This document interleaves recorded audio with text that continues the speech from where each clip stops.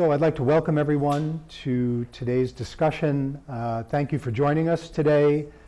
I'll just start with some opening observations before we kick things off. 1989 is 30 years ago, and hence 2019 is a year of key anniversaries. This is especially so for Central Europe. It's 30 years since the end of communism in the region, and 20 years since joining NATO, and 15 years of EU membership.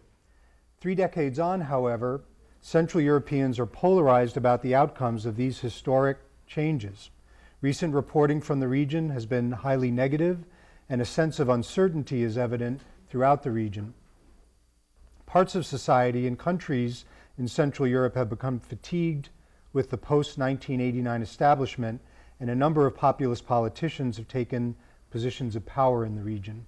In certain respects, there's a growing political and cultural divide between the countries of Central Europe on the one hand and the countries within the European Union to Central Europe's west. To add to these challenges, and as is the case in a growing number of democracies globally, the Central Europeans confront threats to the integrity of their systems from external authoritarian powers, first among them Russia, which works to sow discord and exacerbate existing local tensions.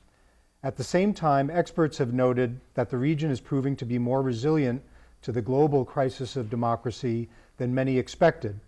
New political movements, independent media, and civil society groups are challenging the populists. Public protests against extremism and corruption have become the norm across the region. Societal support for democratic values, the EU, and NATO remains strong. And civil society and governments are undertaking important complementary efforts to confront foreign malign influence. And in some instances, groups, countries in the region are really taking the lead and offering a model for countries that are wrestling with these challenges elsewhere in the world. And so with the approach of the anniversary of November 1989 and the fall of the Berlin Wall, we're exceptionally pleased to have with us today to hear the insights of Milo and Dominika Hajdu of Globsec, who will offer an assessment of where Central European stands today and the key challenges that the countries of the region confront. And I would also stress that we'll talk a little bit about some of the distinctions among the countries in the region, which I think also are worth reflecting on. The region isn't a monolith by any means. They'll be presenting Globsec Trends 2019, Central and Eastern Europe 30 years after the fall of the Iron Curtain.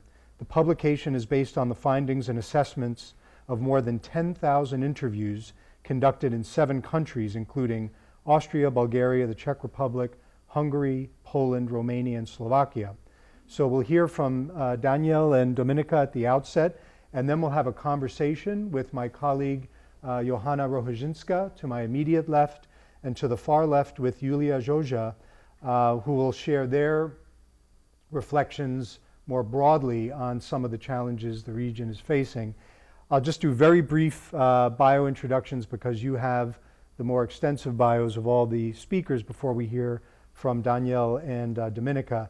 So Milo is the head of the Strategic Communications Program at the Globsec Policy Institute in Slovakia. He holds a JD in criminal law from Comenius University. He previously served as head of a national anti-racist NGO in Slovakia and as an advisor to the OSCE's Office of Democratic Institutions and Human Rights in Warsaw. He was also the coordinator of anti-extremist policies in the Slovak Ministry of the Interior. Dominika Hajdu is a research fellow at Globsec at the Policy Institute. She holds an MA in European Studies from the University of Leuven. She previously trained with the European Committee of the Regions and worked at the Foreign Policy Department of the Office of the President of the Slovak Republic.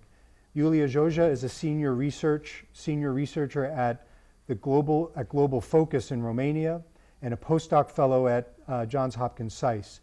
She holds a PhD in strategic culture from NSPAS Bucharest and an MA in international conflict studies from King's College. She also teaches at the Bucharest University of Economic Studies.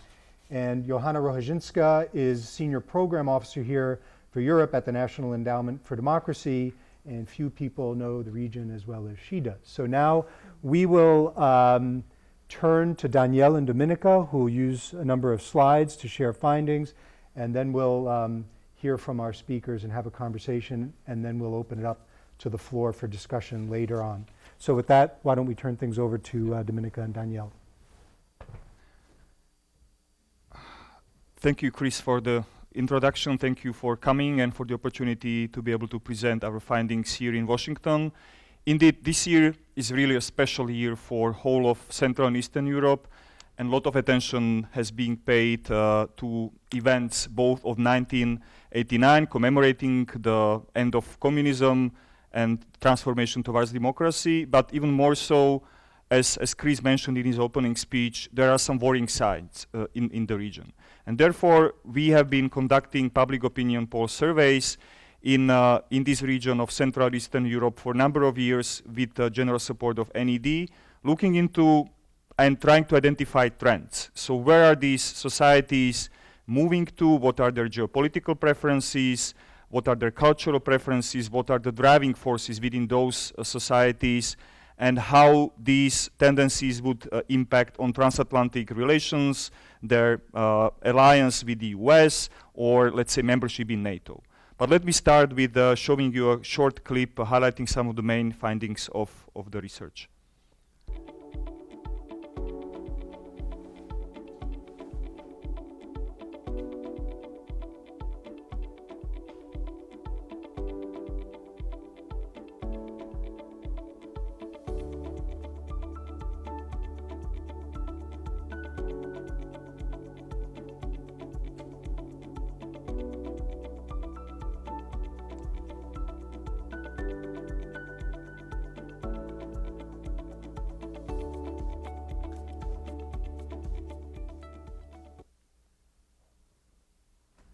And now we will walk you through some of the main findings. We decided to use the PowerPoint because there's quite a lot of data, and it's better when you see it yourself.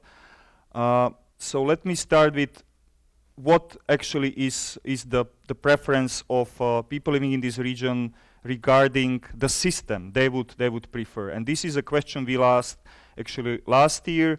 And as you can see, the blue columns, liberal democracy is still the preferred form of government. The only country that comes almost close to support for autocracy or more autocratic regime is Bulgaria. And well, I think this is a positive sign that despite all the scandals and the heated discussions and allegedly corrupted political elites, people still prefer liberal democracy and its values over any kind of autocratic regime that was present in the region before 1989. And this is a bit more detailed picture from the video that you saw at the beginning. Fall of regime, fall of communism perceived positively, the yellow columns. As you could see, in most of the countries, in all the countries actually, it's above 60%. But when you ask how people perceive their life, whether their life actually has improved, that's the blue column. There are two countries that stand out. And that's my home country, Slovakia, where also Globsec Policy Institute is based, and Hungary. And then we can perhaps discuss later on why is it so, why these two countries stand out from, say, Czech Republic or Poland, since all of them shared the same regime, the economic, the level of their life was more or less the same across the region. There are not so huge differences, and yet twice as many people in Czech Republic consider their lives to be better after the fall of communism in comparison to, say, Slovakia or Hungary. The freedom of media and freedom of speech, ability to express freely your opinions is one of the fundamental values that we all share, both in the US and in Europe. And therefore we ask specifically two questions this year, assessing how people look or how they perceive media. Because there is a lot of discussion about why people are not trusting media. So we just wanted to know more. Do people still support independent media as watchdogs of democracy? And as you could see, overwhelming majority, almost 80% of population on average across the region, support the role of media as watchdogs of democracy. This is really a positive sign. Yet, at the same time, almost equal size of the population, almost 70%, agree with the statement that mainstream media often lie and manipulate facts. So how can you reconcile these two? On one hand, people think that media play an important role, and quite often they actually perform activities which should have been performed maybe by the prosecutor's office or by the other parts of the criminal justice system. But in many countries, it's actually the media, the journalists that come with breaking stories that lead to fall of governments or just push the criminal justice system to actually do what they're supposed to be doing. But I think this points to a much larger and much wider crisis of trust in authorities, in state officials, and including media. Yeah, this is just a more detailed picture across the countries. Maybe again, a couple of highlights. In Austria, highest support for media as watchdogs, 85%. But as you can see, Austria is the only kind of Western European country we included into this group of nations. Is not so much different to the rest of the countries. Maybe another exception, Czech Republic, where the distrust towards media is actually bigger than the share of population that thinks that they play an important role. Could you tell us the time frame when the survey was conducted? The survey was conducted in February 2019, this year. So these are the data we collected across the region. It was a representative sample of the population in all the 7 countries. And then another important aspect of the fall of communism, the ability to organize, to become active citizens, and this has manifested as civil society or NGOs. And yet, currently what we see across the region is a spread of narratives that try to portray NGOs as so-called Soros agents. Even our organization is being pictured in some media as, and myself, that I'm the CIA agent, allegedly, because we take US funding. And this narrative that tries to discredit the important work of NGOs, and specifically those NGOs that try to protect democracy and try to, uncover, truth that is maybe not so pleasant for political leaders. This has been ongoing, and I think has crossed over to US. So I think currently this kind of a global trend of vilifying and putting NGOs in a very negative light is spreading across the region. Therefore, we ask 2 specific questions. And the results are quite positive, I have to say, because more than half of the population still thinks, despite all these attacks, that NGOs are unfairly attacked by state authorities. And well, we can look to particular countries, perhaps Hungary, maybe even my home country, Slovakia, maybe Romania, Bulgaria. So there are a number of countries where even state officials, politicians are using these narratives, trying to undermine the position and trust of people in NGOs. Well, as we can see, half of population still thinks that these attacks are really unfair. And the second finding, again, similarly to the slide with media, almost 7 in 10 Central Europeans believe that NGOs play an important role as watchdogs, are important role in democratic societies. So which is again a kind of positive assessment given all these attacks that I've been just describing. Let me maybe move and hand over to Dominika to give you more information about some other aspects of our report. Thank you. So each year we include a set of questions that concern or that concentrate on the sense of belonging in geopolitical terms. This means that we want to find out whether people feel more Western, more Eastern, whether they identify with certain values, etc. And one of the core questions that we've been asking since 2016 actually is if people had a choice, would they position their country in the West, in the east or somewhere in between. And what we've been examining for the past years is actually a growing number of people in V4 countries, so that's Czechia, Poland, Hungary, and Slovakia, who would choose to position their country somewhere in between the East and West. As you can see, around half of population would choose the in-between position in these 4 countries.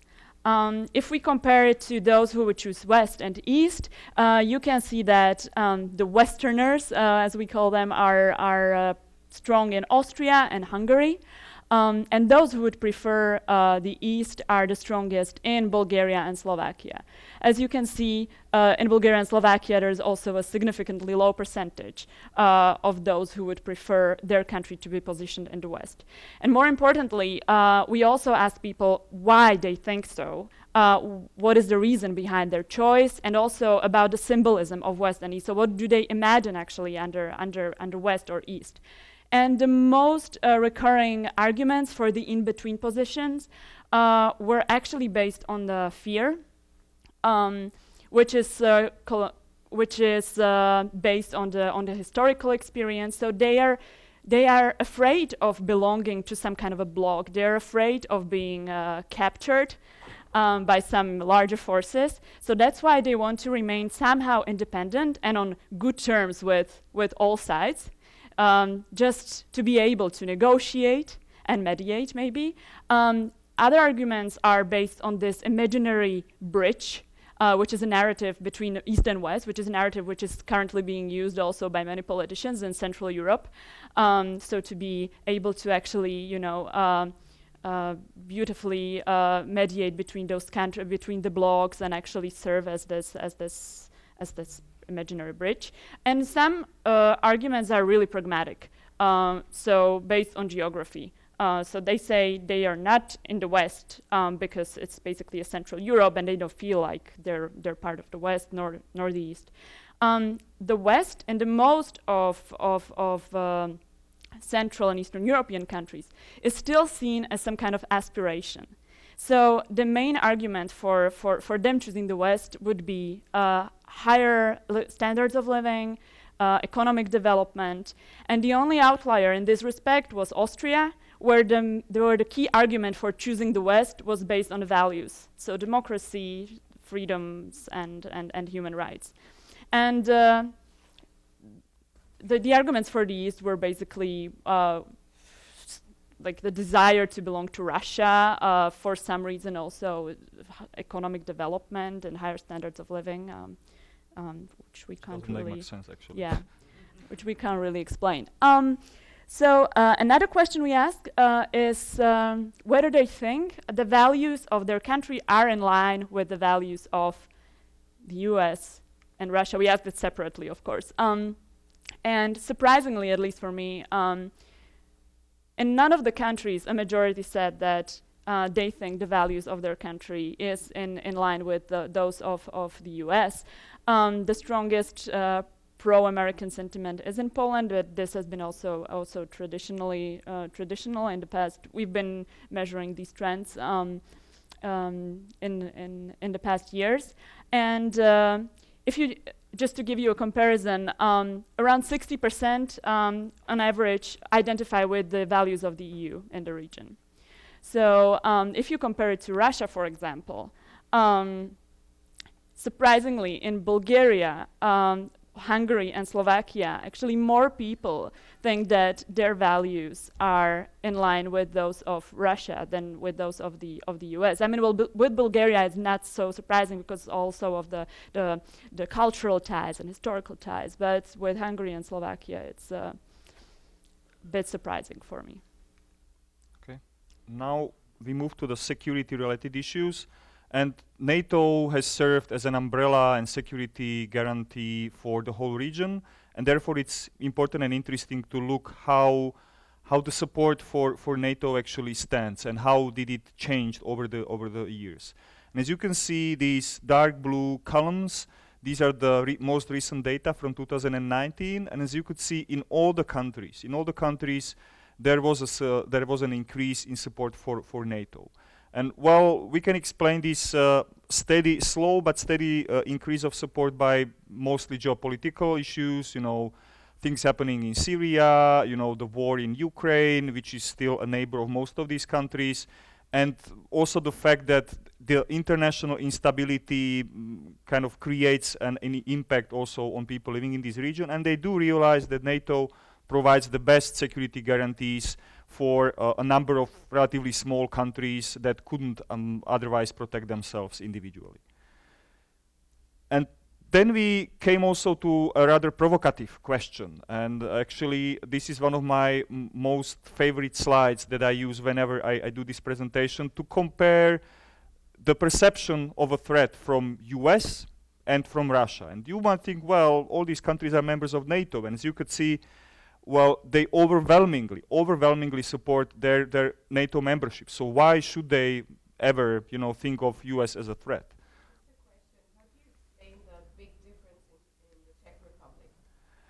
Yeah, the Czech Republic, there was a huge jump also in terms of NATO and EU membership between 2017 and 19. And well, this illustrates, we explain it by campaigns, by presidential campaigns that really brought the EU and NATO membership into the center of public debate, which wasn't really the case previously.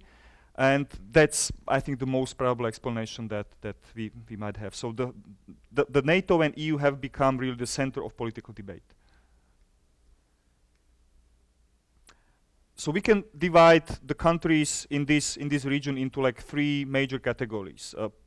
Poland and Romania could be considered as hawks. They are highly suspicious of Russia, and they overwhelmingly support US.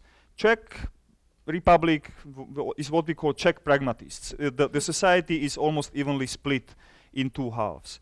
Austrians, Hungarians, and Slovaks, they subscribe to this bridge building mentality. Let's not alienate anyone.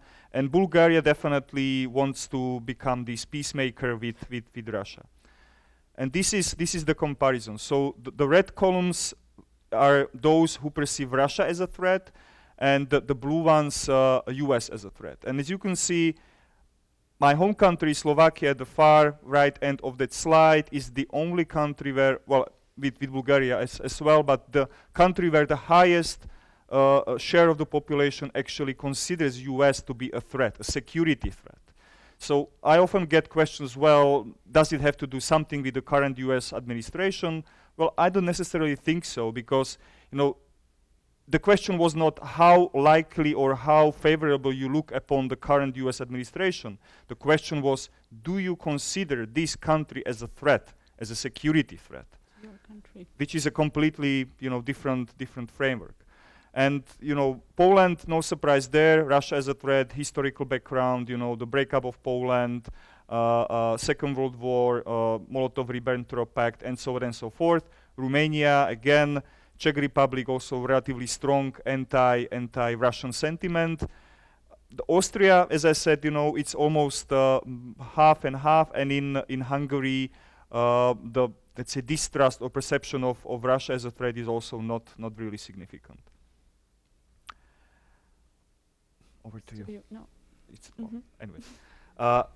Yeah, speaking of election interference, which was hugely debated all over the media, we ask the same question. Do you think that Russia influenced the outcome of US elections? As you could see, despite all the evidence that was also presented in US media, in European media, also media in Central Europe, Central Europeans, with the exception of Poland, but there is also the difference relatively small, are not convinced. They are not convinced that there was even an attempt, or that Russia indeed influenced the outcome of elections.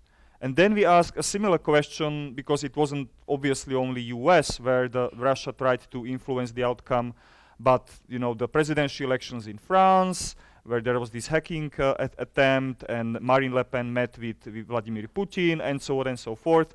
Also German parliamentary elections.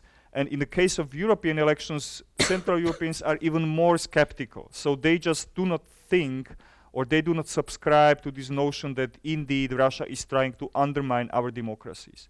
And I think this points to really significant vulnerability in the society, because if people think that, well, this is far-fetched, this is just not possible, that Russia would even try to interfere into our democratic processes, how could we expect that the governments would actually take, concerted effort trying to, close this gap and to, create some measures to prevent it?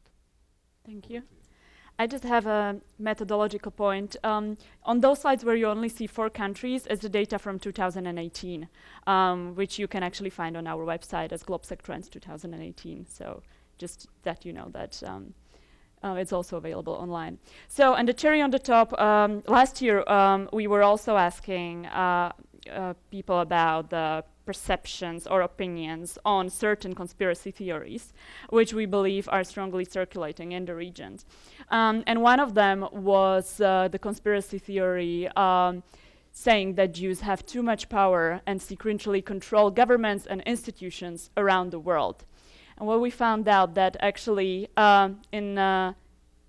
whereas in Czechia it's only 1 in 4 that would agree with the statement, it actually rises with Hungary and Poland, around 40%, and Slovakia, more than 50% of people would agree with the statement. Similar question was posed about the secret groups that are somewhere there in the space and are secretly controlling the governments and are trying to establish the world order, and the results were very, very similar. And another interesting question or conspiracy theory we posed was that whether 9/11 attack was planned and conducted by the US government, not Al-Qaeda. And actually, whereas in Czechia, Hungary, and Poland, almost 3/4 of the society disagree with the statement. In Slovakia, as you can see, around 40% would agree with this conspiracy theory, and I think we can discuss later what are the factors behind that. And so, just to summarize, the key highlights that we compiled for the past 2 years is that. Despite the attacks and despite strong populist rhetoric bashing both media and civil society and NGOs, they are still recognized as important for democracy in all the region. Then around half of the population in the V4 countries, so Czechia, Slovakia, Hungary, and Poland, would prefer to be geopolitically somewhere in the east or between the east and the west. Also, the majority does not identify with US values compared to identification with EU values. Central Europeans do not believe in election interference, whether that's in the EU or in the US.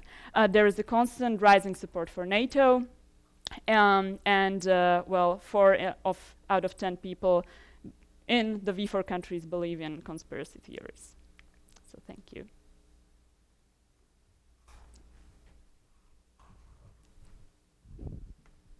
Well, thank you very much for the presentation. Maybe I'll just start with some of the last issues you raised. So you indicated that people in the region don't see election interference from Russia in the US or the EU as a problem. Would they see it as a problem in their own countries? Or is that question not posed?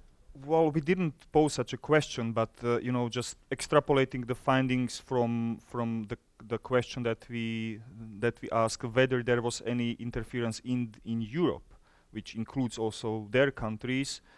Well, I would guess that similar percentages would just say no, there is no interference. But yet again, well, I think or I hope that all the efforts done specifically by the EU, increasing resilience, and also kind of the political messaging that Europe is ready and EU is getting ready for any attempts to interfere in the European elections, might have helped to increase the overall awareness. But we just don't have the data, to support to what extent such campaigns have been successful or not. And what do you think, given the region's history, and I think generally speaking, countries like Poland, Czech Republic in large measure, skepticism of Russia by virtue of historical experience, why there seems to be a reservoir of consideration in the face of a lot of information and evidence suggesting there is interference. Why the willingness to suspend judgment or believe otherwise, in your view? I mean, perhaps one of the factors might be that these questions are from 2018, so it was posed before the Skripal case, maybe as well. So I know that that wasn't the interference into the elections, but the fact of interference into the internal affairs, I think, has been also with the Miller investigation. It has been strongly debated in our spaces. Whereas in 2018, also I think on the side of Western European countries, which actually experienced the interference, it wasn't, their countermeasures wasn't perhaps very strong, and the counter reaction wasn't very strong to these attempts. So it wasn't really debated much in the region. Maybe one additional factor just which might play a role is that, yes, overall the majorities in those countries perceive fall of communism positively, but there is still some kind of residual sympathies for maybe Russian Federation for the time, especially among the older generations, which might be reflected, when asked, so do you think that, our Slavic brothers try to interfere into our democracies, that there is a rejection of such a notion. But that wouldn't apply, say, in Hungary necessarily. Yeah. But this Slavic brotherhood card is definitely used in Slovakia, Czech Republic to a certain extent, Bulgaria as well, Poland, well, even though being a Slavic country for all the historical reasons. Not and so then much. just one other question on this subject. So the larger issue of, say, a country like Slovakia accepting conspiracy theories at a rather high level, and the fact that even if the societies throughout the region still respect the role of independent media, seem to be a lot of questions about the mainstream media there. Is that, in your view, kind of an overarching issue for how people understand the world around them? The very fact that they have such distrust in key institutions, including the media, is that? I think definitely helps if people just do not trust, the politicians, the media, so any kind of external authorities or political elites in the society as such. It makes them much more open to any kind of alternative explanations for world events or developments in domestic political life.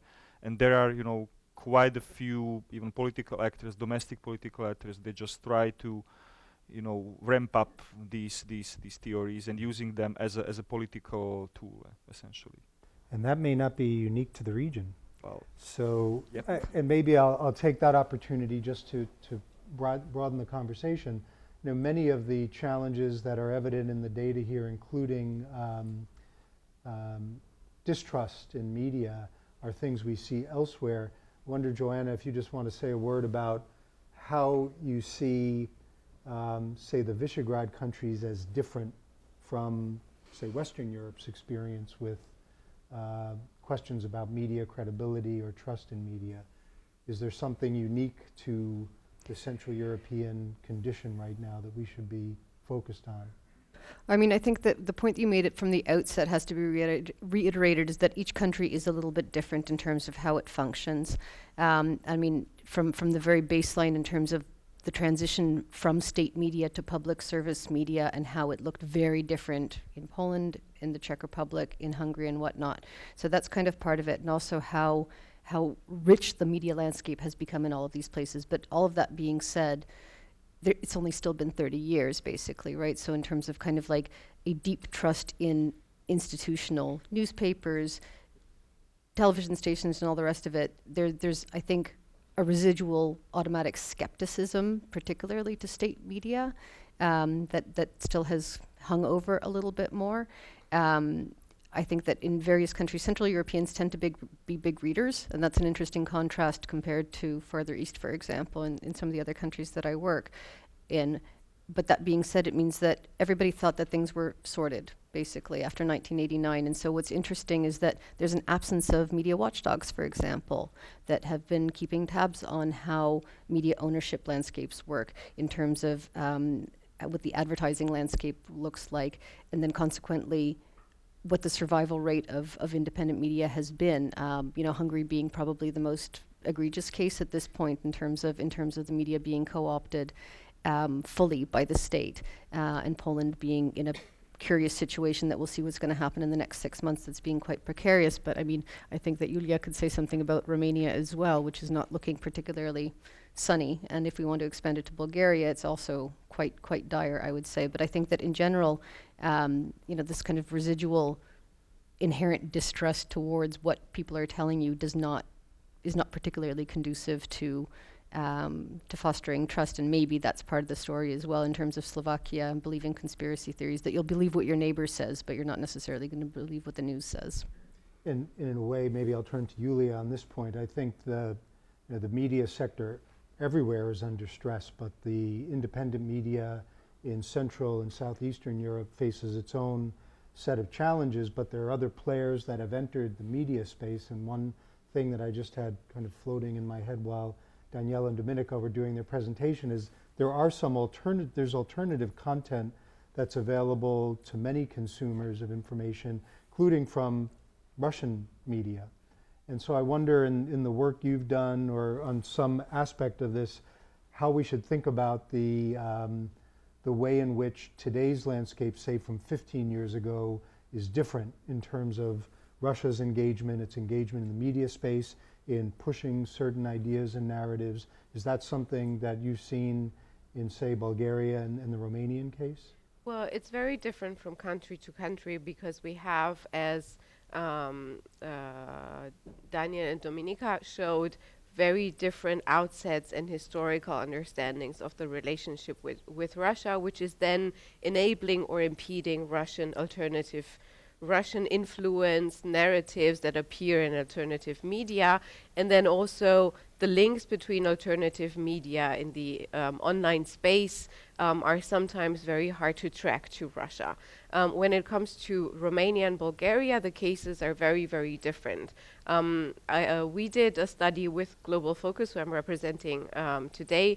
Last year was published comparing Romania, Bulgaria, Georgia, and Moldova, so more of the Black Sea region, in terms of local vulnerabilities to disinformation from Russia or other malign actors. And we divided each country into 4 areas, so societal, economic, politics, and foreign and security affairs, and developed a permeability index, we called it, that enabled us to measure local vulnerability to malign foreign influence in terms of narratives. And we found out that despite countries having very different backgrounds, Romania being traditionally Russophobic, whereas Bulgaria, as we've seen, is very Russophilic, the vulnerabilities also in terms of media are comparably high in these countries with different backgrounds,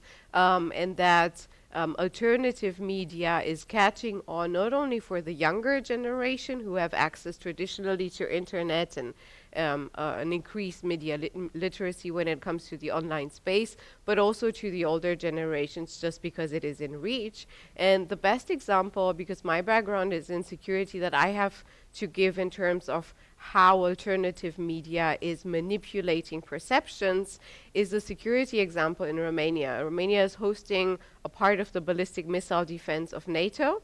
And when it was decided by the political elites then that Romania will host, made the offer, and the United States accepted after the Czech Republic and Slovakia were reluctant to do so, it was perceived by the majority of the population's opinion polls show as a guarantee of security against a Russian threat. Nowadays, when you Google the words in Romanian ballistic missile defense, the first 2 pages of Google results are about our Russian statements from different outlets showing how, or arguing that the hosting the ballistic missile defense is a threat. And this has been shown in opinion polls from a plus 80% approval of it as a security guarantee to an under 50% approval in a matter of 2 or 3 years. Given the background that that Romanians are reluctant historically and were grown up to dislike Russia profoundly because of historic experiences similar to Poland, it shows just how vulnerable our societies are in Central Eastern Europe, in Eastern Europe, and I would argue even globally now, to disinformation and alternative media, which is not feeding with facts, but with emotional fears, as you suggested. And what you're suggesting in the Google search context is that somehow the information that was inhospitable to the security arrangements that you described was being privileged through search engine optimization or something like this. Do you know whether that's the case also, say, with Wikipedia or YouTube or other search engine or portals that might be used by Romanians to get information? Well, that would determine the work of trolls to be involved in getting the numbers up. And when it comes to Romania specifically, even Bulgaria, I would argue, it's not that it wouldn't be in Russia's interest to promote that. It's just that Russia is not to be overstated that it's not investing as much in disinformation, financially, resources, trolls, etc., compared to other countries, particularly in Western Europe.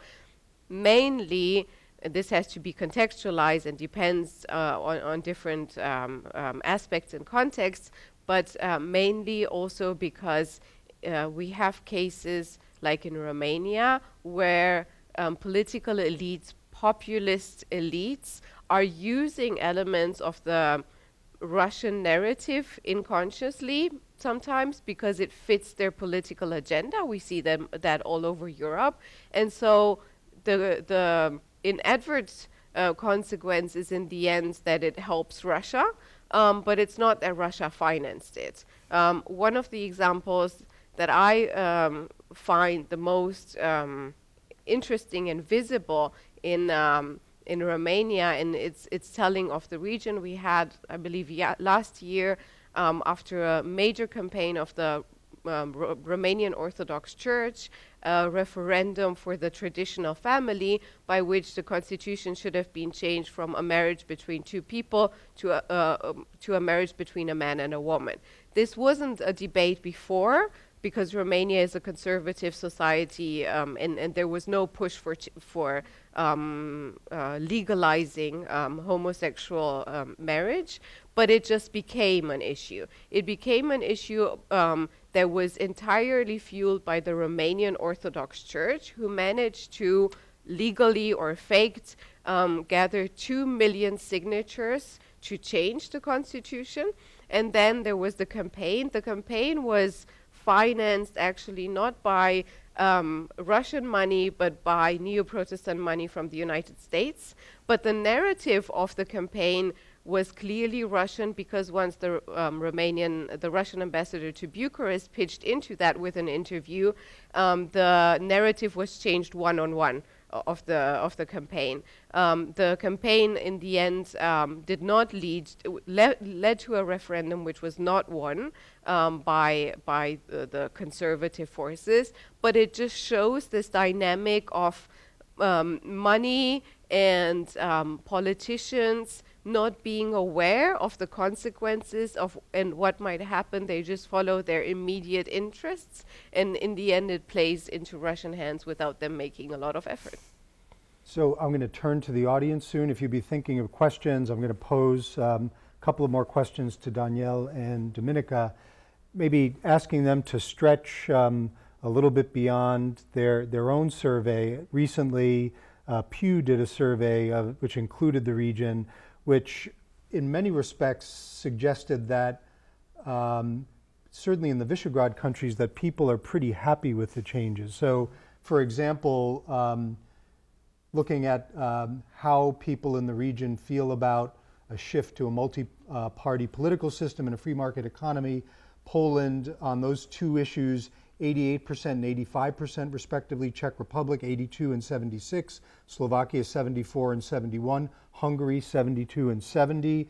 And then on questions relating to in questions relating to another area of interest, dramatic increases in the shares of people who say that the changes over the past 30 years have led to improved living standards, also extremely positive responses almost in every case. And so just wondering if you could help us square some of the dissatisfaction that seems to come out of both some of your data, but also many conversations I've had with people in the region with this overarching look at how people feel 30 years on. Is it just kind of that time frame was so dramatic that people can see the difference, but maybe it's gotten a little worse in the last 10 years? Or is there something else at work that we're missing that would explain why there seems to be, in certain respects, less of a sense of solidarity in the transatlantic community and satisfaction with things today? Yep. I think the Pew Research data show a slightly different picture to what we just showed you, but that's also because the questions that they posed are slightly different. And it very much depends on how you precisely, formulate the question, then the question, the answers would reflect that, obviously. But just to go to your question, Chris, I think that for certain segments of the societies in Central and Eastern Europe, they didn't really benefited that much from this transformation. So overall, if you ask them, was this, just scraping of communism and getting rid of the leading role of the Communist Party a good thing, and moving to a multi-party system? Obviously, yeah, they will say yes.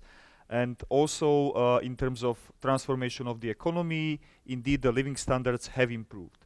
But there are pockets of population, segments of population that did not benefit it so much, or for some of them even their kind of feeling, their very personal feeling of their life might have actually worsened, because there is a lot of nostalgia based not on factual data. People just do not remember that there have been all these queues, and you had to wait just to buy a car for several years. That was the case during communism. It wasn't like going to a shop and buying a car or getting a mortgage, but still this sense of optimism that when I was young my life was better, that also plays a role.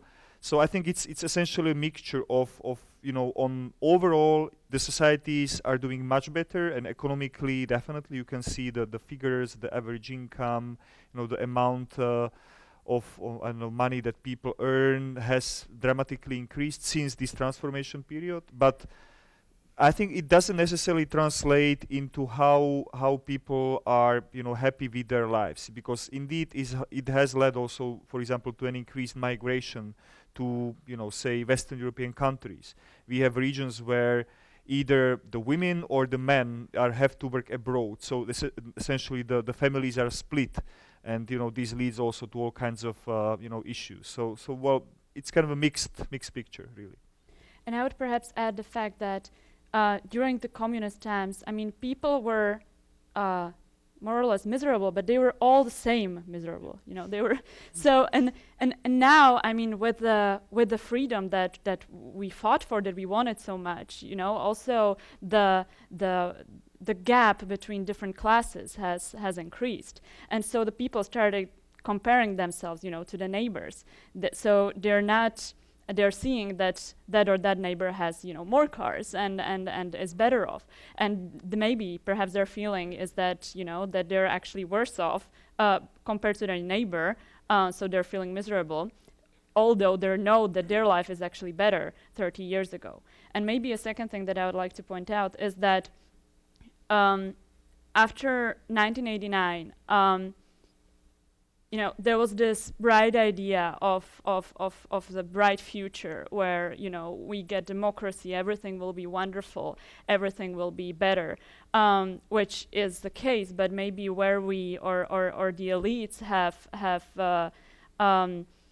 not done so much is in communicating that democracy, is about constant process of building the institution, and it's not only about freedoms and rights, but it also about responsibilities, and the involvement of citizens in the process of creating democracy. I think this factor has been somehow lacking in the previous. Thank you. And I know Joanna wants to add a So I'll word. chime in because I think that Danielle might be, either I'm not remembering correctly that it was actually a Globsec study, but I have a feeling it was, where there's a huge disparity between the expectations and the achievements.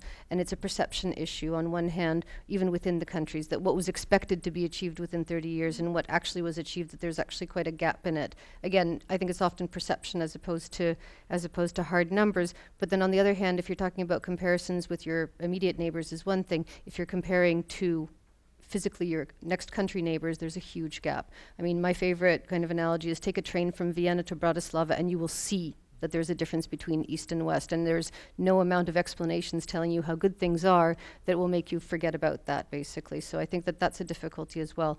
The issue of migration has been brought up by Krastev in recent works. Timothy Garton-Ash in the last New York Review of Books also mentioned it. And so, I mean, you know, the fear factor of an aging population and outflying also tends to drive this populism bus a little bit farther along. So I'm not going to throw in too many topics in it, but I think that there's a lot there. And maybe another thing to add, you sort of alluded to this, is this divide that we all face and we see now over the last few years with populism on the rise between, and this is specific to Central Eastern Europe in particular, but can be generalized to Europe and maybe now to the United States, actually for sure to the United States. The difference between, on one side, the everywheres, the young generation, the millennials who feel at home everywhere, who are networked and who are the so-called winners of globalization and feel at home here, and the so-called elites, which also don't have a good image. And then on the other side, what can be harshly called the losers of globalization, particularly in countries with economic economies under development, where people, even if they're well off in terms of economic standards, but particularly if they're not, they feel left behind and they feel like the current bureaucracy and the political elites that are not talking their language are not representing their interests, and that policy, whether it's EU bureaucracy or national policy, is really, really hard to understand. So they naturally turn to the more emotional arguments. And that's what determines, at least in Romania and Bulgaria, populism to be sort of, maybe Romania and Bulgaria are specific in the sense of a non-ideological populism. That is just you scapegoating the West, whether it's the EU or the West generally or the United States, as trying to steal resources and colonize the region, because it's a simple explanation which feeds into their problems and their pain. And on the other side, maybe as an upsurge, we see, I'd argue, in Romania now, in the next 6 months to 1 year, and maybe in Slovakia too, where we have this peak of populism that people get so angry with demonstrations about the winners of globalization that start demonstrating on the streets. I was there in Romania for months and months, and it was people around my age, working in multinational corporations, having studied abroad, having good salaries in the private sector, who were all outside at -20°C, demonstrating against something very abstract. And these people are the so-called winners, but now on the losing side with populism, and we will see a peak now in the next 6 months. We have now a new government forming in Romania. There's elections, presidential elections this next month, and then parliament elections in 1 year, and we'll see that it's getting to too much, and there will be a backlash against this and a change of government. The problem, and this is an interesting case, a case study of Romania to study for the other countries to come, probably, hopefully, is what do we do when populist governments leave and we're left with what is to be fixed. Romania has now, in the last year, accumulated a budget deficit of 4%. The average in the EU is 0.5. This is by far the highest because of the government's policies of increasing pensions, by default populist policy, and they've tried to change legislation that is so messy and so complicated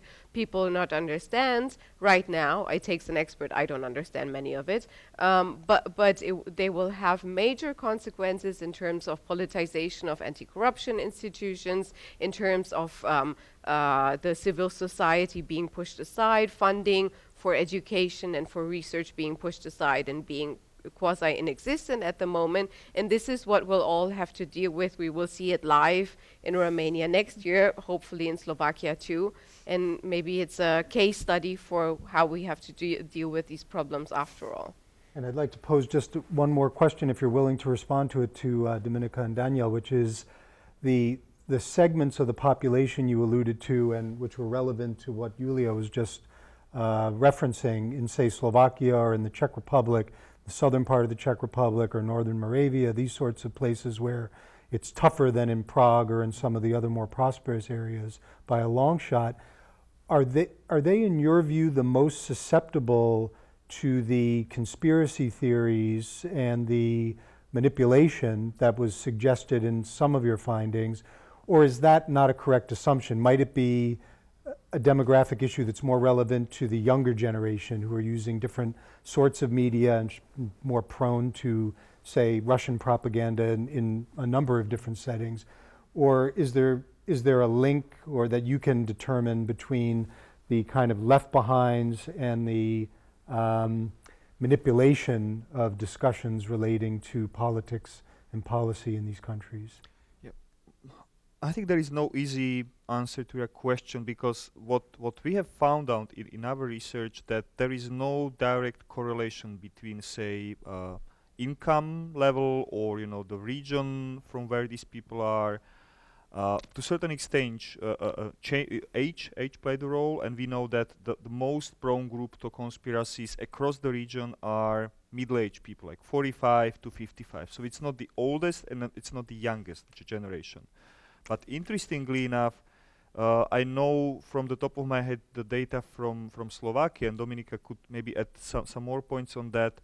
What I found really interesting was that the level of trust to conspiracies among university-educated people was almost as high as among people with only primary education. And how could you explain that? That you have university-educated people living in the wealthiest part of the country, in the capital, Bratislava, and still harboring the very same, ideas about, Jewish, control over the world, or that 9/11 was an inside job. And these are the people that should have access to quality education. They have good salaries. There is no sense of, being left behind and being the victims of globalization. Yes, on the other hand, there are such regions in Slovakia where we see the highest level of what I would call anti-US and pro-Russian sentiments, and these are exactly the regions that you alluded to, like, poor, not so well connected, with lack of foreign investment, like overall kind of the lesser developed parts of the country. But I don't think that the economic explanation is the only one. There are like communities and there are many different factors at play that just contravene this kind of common understanding of the factors behind, trust into particular. But what's your best guess as to why the more prosperous, highly educated groups you alluded to are still as susceptible? Maybe it's also about the way they consume information, because in both in Slovakia and Czech Republic, young people are the people from everywhere, right? So they are the most pro-EU, pro-US, pro-NATO, the most progressive, and then the older generation, the oldest parts of generation, are the ones who are not using the internet or consuming the news, the information from the internet that much. So this generation between 35 to 55 is the one which hasn't been using the internet from the very young age, so hasn't grown with the internet, and they are the ones who are reading also the disinformation sources in Czech Republic and Slovakia, which we have many, the most. So this might be one of the Very interesting. So why don't we turn for a question? Start to the gentleman here. If you could just wait for the microphone And if you wouldn't mind introducing yourself. Thank you. Steven Stoltenberg. I work at the State Department. As I looked at your data, I was really trying very hard to come up with sort of a coherent overall view, because a lot of the attitudes seem to be contradictory.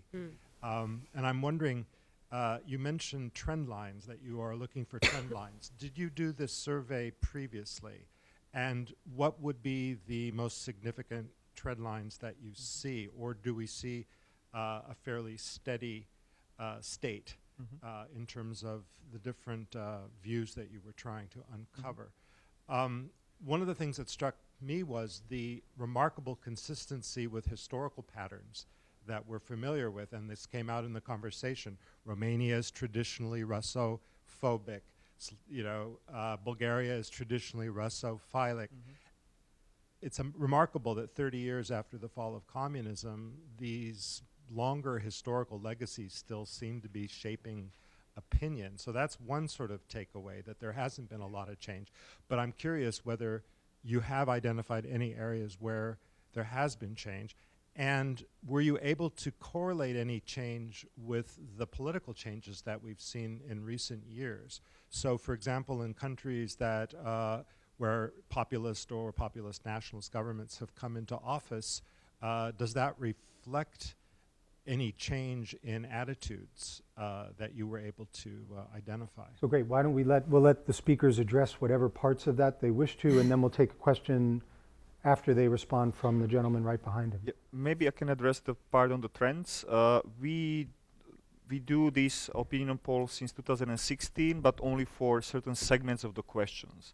So we did consistent polling on the East versus West, on EU and NATO questions, not for all the set of questions. And in those questions that we have been polling consistently, what we saw and we could describe as trends is increasing support for EU membership. And remember that we started to collect this data in 2016, shortly after the Brexit, where there was actually a push in Czech Republic, in Slovakia. There have been political forces pushing for, Czech exit or Slovak exit from the EU.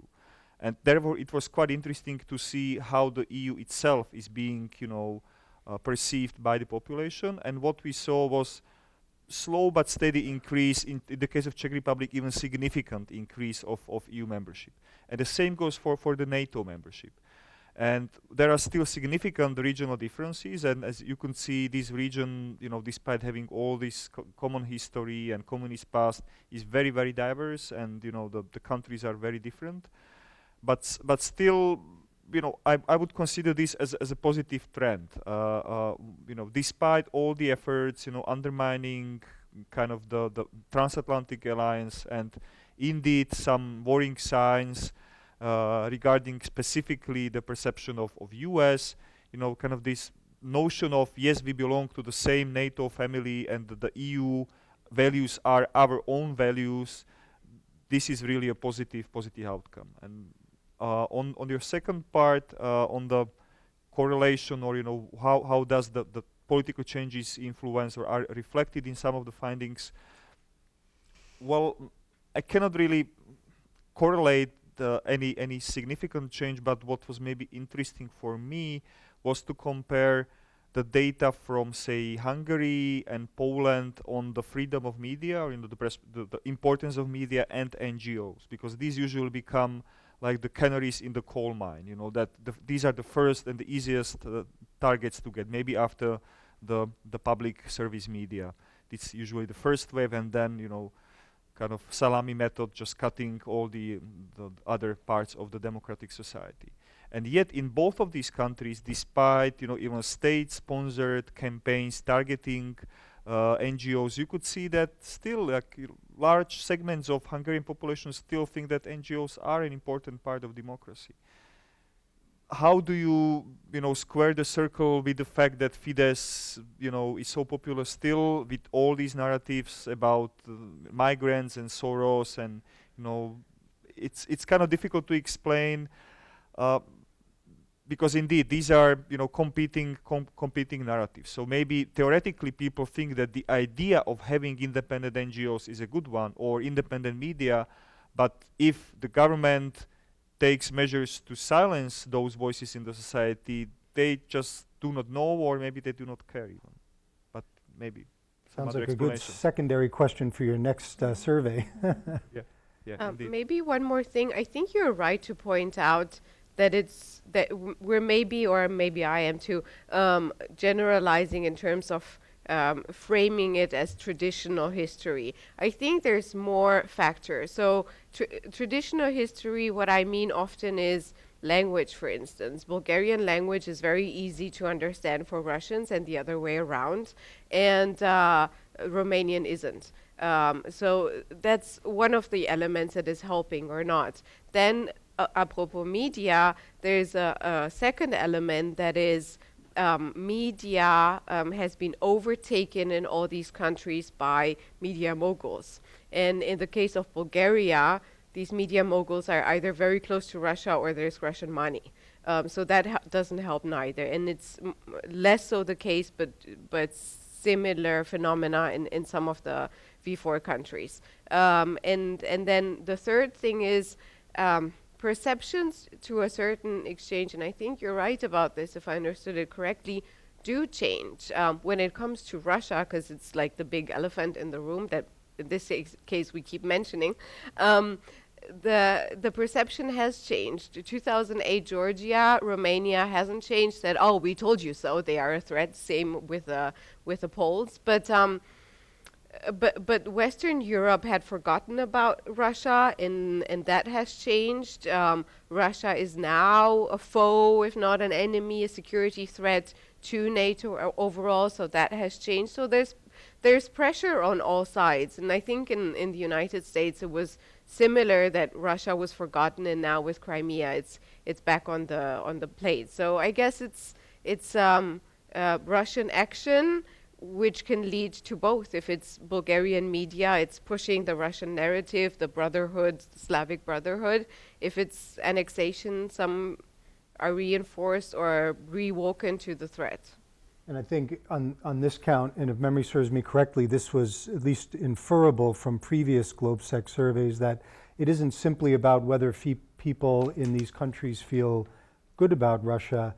It's also about Russian narrative efforts to undercut the view of the transatlantic alliance, which can have a similar effect, even if it's a slightly different outcome in the end. And I think this is something that in Bulgaria, where you have that closer connection, may be easier to talk about the fraternal relations, whereas it may be much trickier in most of the Central European countries, but there are other ways to get at the ultimate Exactly, objective. yeah. So then it becomes the anti-Western narrative that feeds well, yeah. So let's take question here. Thank you, Chris. Brian Whitmore from the Center for European Policy Analysis. First, thanks to Daniel and Dominika. It's great to see you both on this side of the Atlantic for a change. I'm currently finishing up a report on Russian disinformation meta-narratives about the post-1989 world in Central Europe, and a lot of your data actually syncs very nicely with some of my conclusions.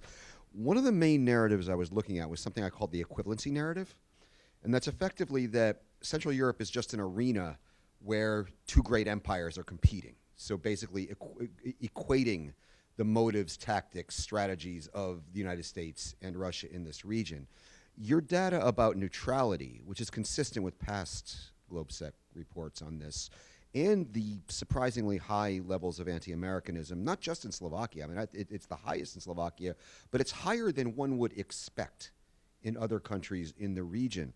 My question would be, is this the result of some latent feelings that have always been present in the region, or does this reflect the success of this equivalency narrative that Russia's been pushing so persistently? Great. I think it's both. On one hand, in Slovakia, or maybe in the entire region, due to its historical experience, once something is anti-Western or anti-US, it's, you know, it means that on the other hand you should be like pro-East.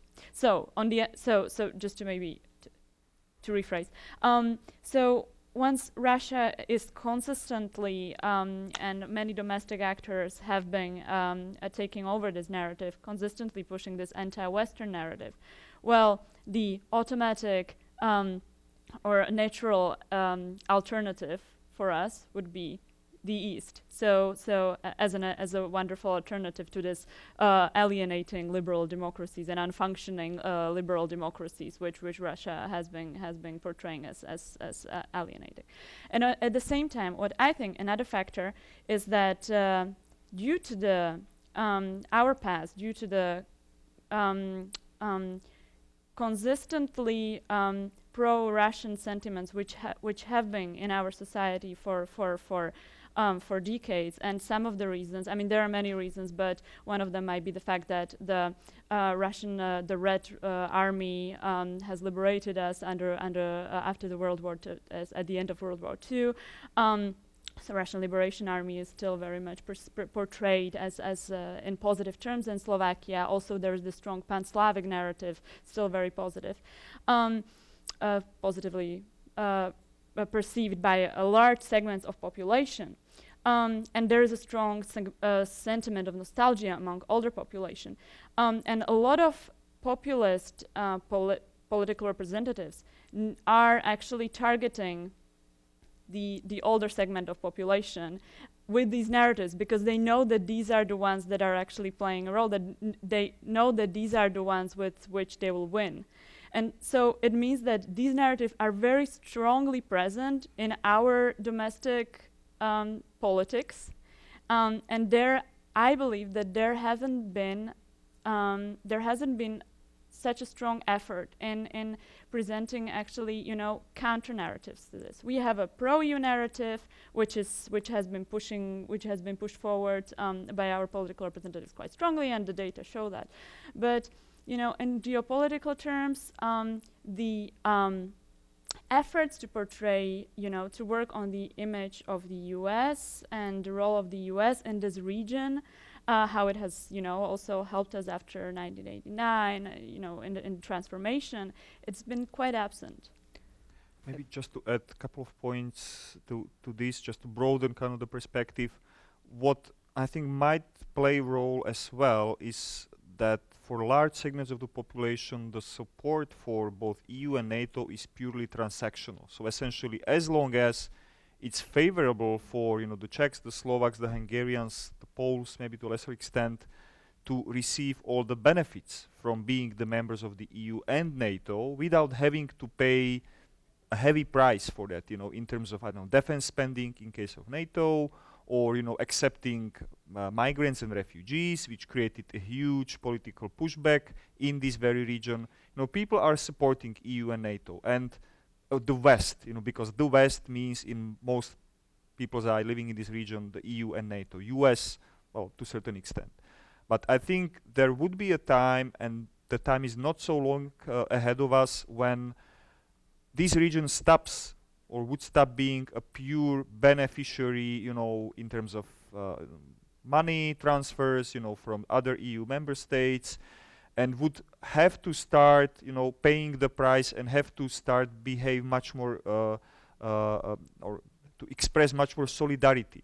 And that might be the point for which, also some external actors might be waiting. So essentially, when it becomes not kind of a free ride to be members of this transatlantic, security architecture and members of the EU, that might be the crucial point where the support for EU and NATO might actually collapse. And some of the narratives that we have seen, why do we need to spend 2 billion euros for new fighter jets, just to fulfill this 2%, of the GDP to be spent on defense that we subscribe to as NATO members? Why don't we build, 20 new hospitals? And this is exactly the type of narrative that as long as the NATO provides the security guarantees, it's fine. But once we have to, sacrifice something in terms of money or, whatever, accepting a couple of hundreds of migrants, then it becomes an issue.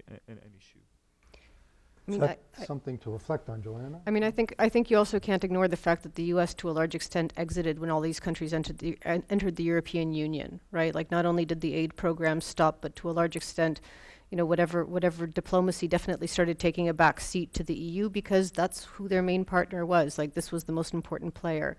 And frankly, I mean, it's not just this administration, but the past couple of administrations really have taken a back seat in Eastern and Central Europe for, I think, rightful reasons, acknowledging that the EU was supposed to be the paramount partner. But it means that it's also a breeding ground for a lot of mistrust, misinformation, and all kinds of like negative stereotypes that have come up that are associated with the U.S. I mean, particularly after the Iraq War, frankly, and those kinds of things. So it's been a little bit ignored by U.S. both soft diplomacy and kind of soft power issue. And so trying to imagine that they're going to have the same, that the U.S. is going to have the same positive image as it had during the 1980s when it was deeply engaged and extremely present and extremely visible, as compared to a fairly soft Europe in relation to Russia, for example, then it's probably unrealistic, or it's totally natural to imagine that the U.S. actually probably doesn't have the best reputation at the moment. So I think we have time for 2 questions. Maybe we'll take them together. We'll let the speakers respond, and they can also work towards conclusion with their responses. So if you could introduce yourself, please. Hi, Christopher Birch of GQR Research. My question is, so you guys explained that the NGO landscape is somewhat perceived as an extension of Soros and also as a democratic watchdog. Do your findings indicate at all that Russia has penetrated this space, whether to promote the Slavic brotherhood mentality or bridge, East-West bridge mentality, or, yeah? Do you mean through NGOs, sorry? Yes. Sorry. Okay, and if we have one more question, yeah, we'll take one question here, and then we'll let the speakers respond. Yeah, I'm Ken Meyercourt. One rough gauge of people's satisfaction or discontent is their participation in elections.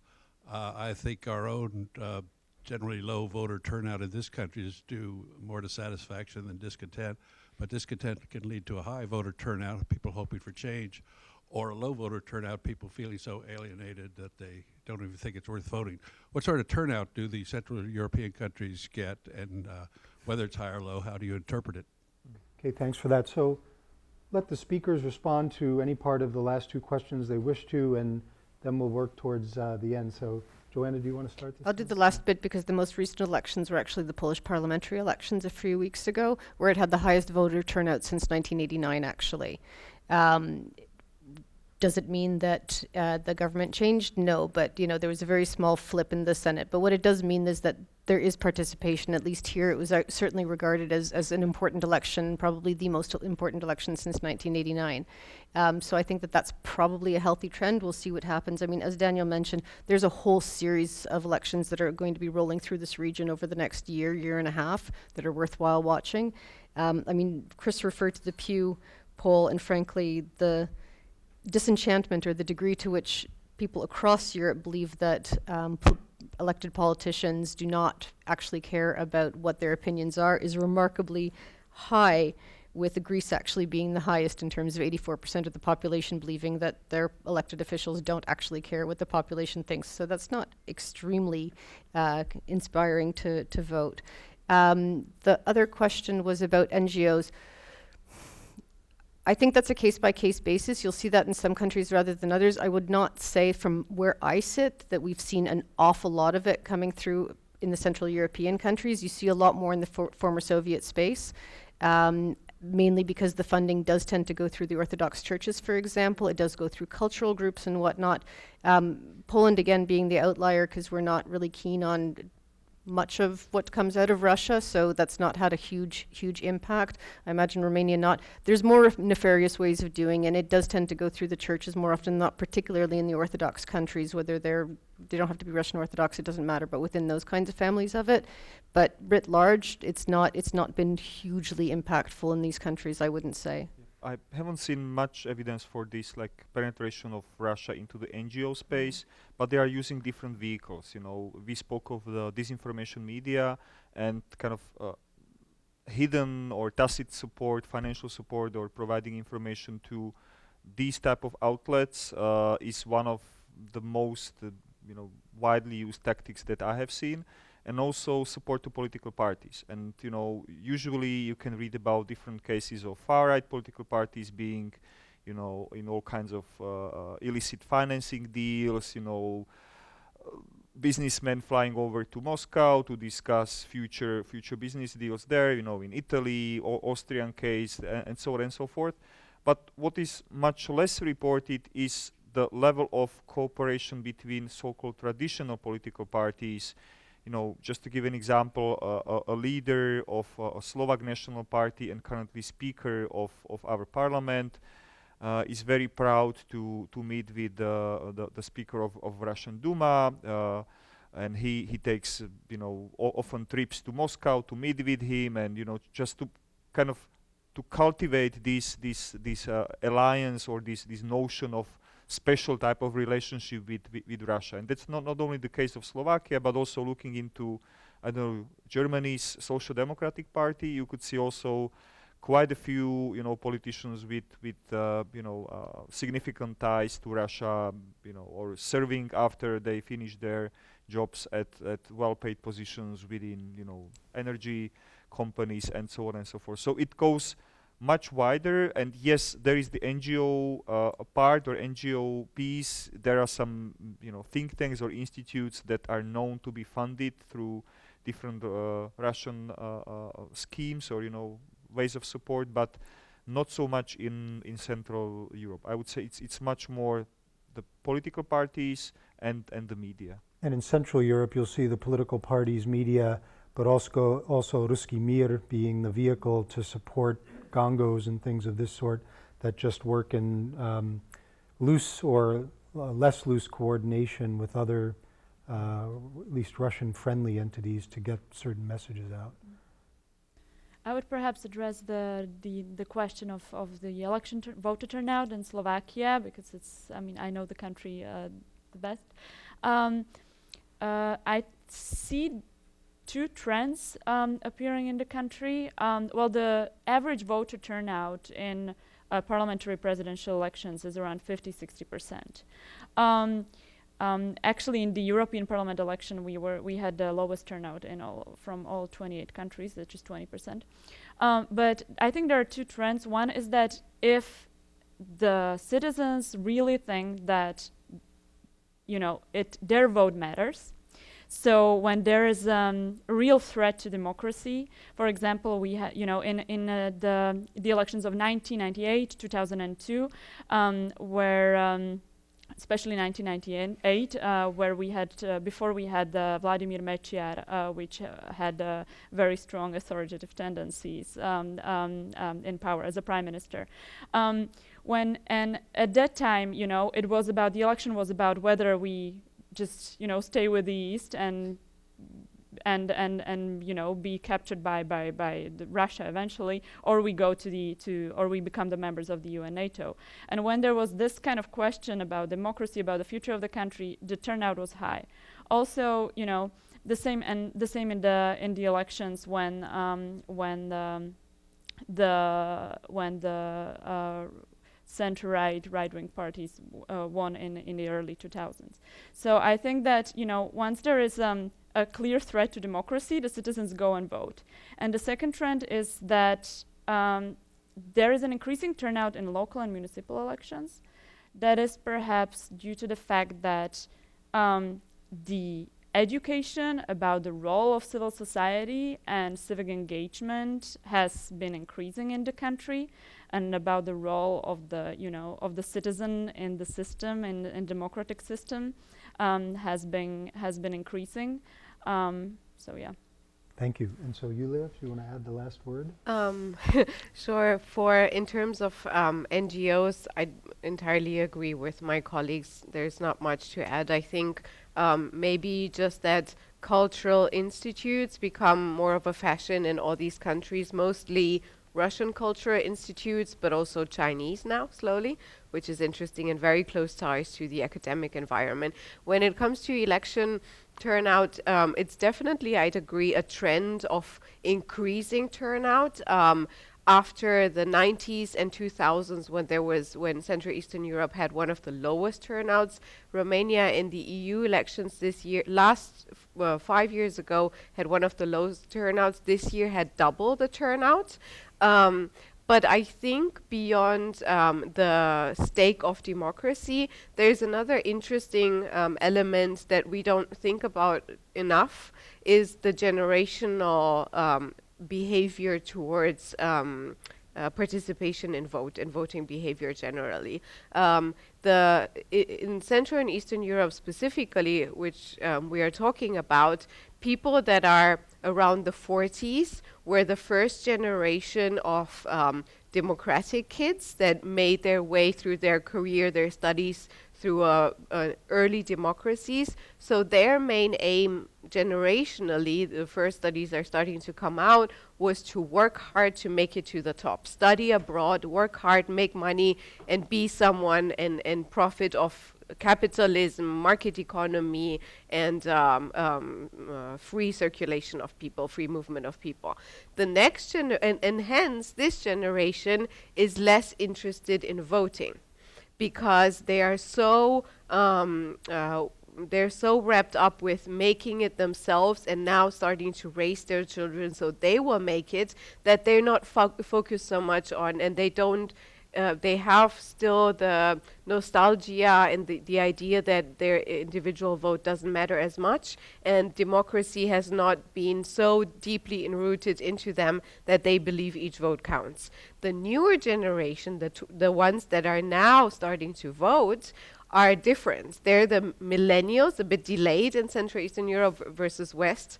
They are less interested in hard work until they cannot breathe anymore. They want a better working environment, better conditions, more happiness and fulfillment.